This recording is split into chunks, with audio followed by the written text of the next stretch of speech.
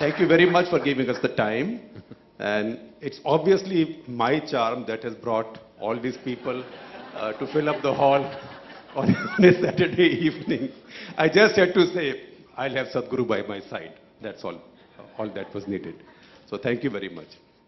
Sadhguru, my vantage point in life is news. Hard news, bad news mostly. So it's very difficult for me to relate to anything which is not hard news. You are a guru who helps people resolve their dilemmas. You use the example of Siri on GPS, that if you can trust a strange woman with telling you turn left, turn right, why don't you need a guru in real life?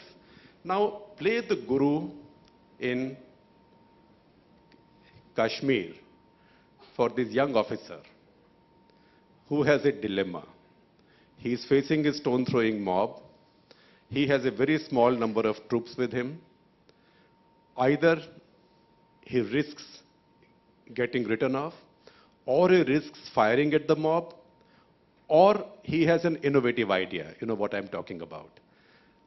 If he, at that point, found you, what would you tell him? Namaskaram to everyone.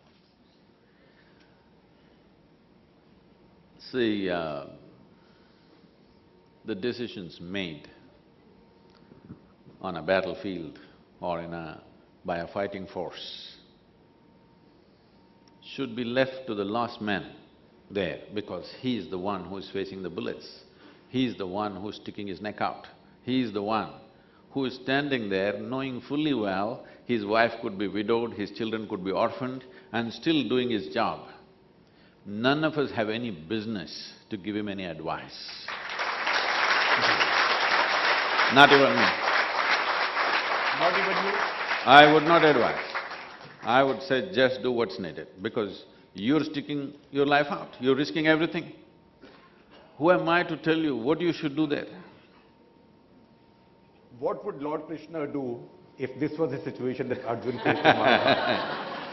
Lord Krishna faced with a situation where someone who is a warrior for his entire life, suddenly his heart sank into his boots.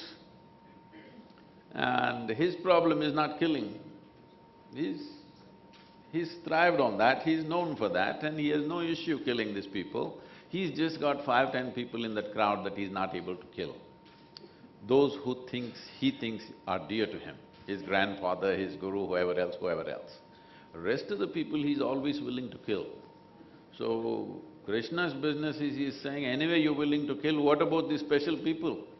Especially those who are dear to you, if you kill them, you may get realized. If you kill those whom you hate, you will not realize anything, you will become more of a fool. But you're killing someone who is very dear to you, now you're going to realize something very precious in your life. So Lord Krishna would tell this officer, you take the call, I'll back you, I'll back your judgment. I mean, he decided to be his charioteer, not he's not fighting with him. Obviously he said, I'm backing you. Right. So suppose the man who was put on the bonnet of the jeep, he were to come to you and he were to tell you that, Sadhguru, I am deeply wounded by this, I feel humiliated, I wasn't throwing stones, I had gone to vote, I'm now traumatized. How do I recover from this? See, you need to understand this. In a way, it may not be a full-scale battlefield, but it is a battlefield. It is a battlefield. Right. Those who have stones are throwing stones, those who have pellets are firing pellets, those who have bullets are firing bullets. Whatever you have you're using, it is a battlefield. So on a battlefield, it is not always selective treatment. It happens, you're there, so it happens to you. You may be an innocent woman, you may be a totally innocent child, it doesn't matter who you are. You're in that place, things happen to you. Everybody must know this. So this is why maintaining peace in our minds, in our societies, in the world around us is of paramount importance, because once a battle happens, it's not selective, it'll happen to everybody. This is something we must know. This is why we must value what we have, some sense of peace happening right now in the world, wherever it is peaceful. We must see that we must preserve and endure this, because when battles happen, it is not going to… bullets are not going to choose that man who is guilty or that man who is evil. It just hits anybody. So we must understand this, and he must understand this too.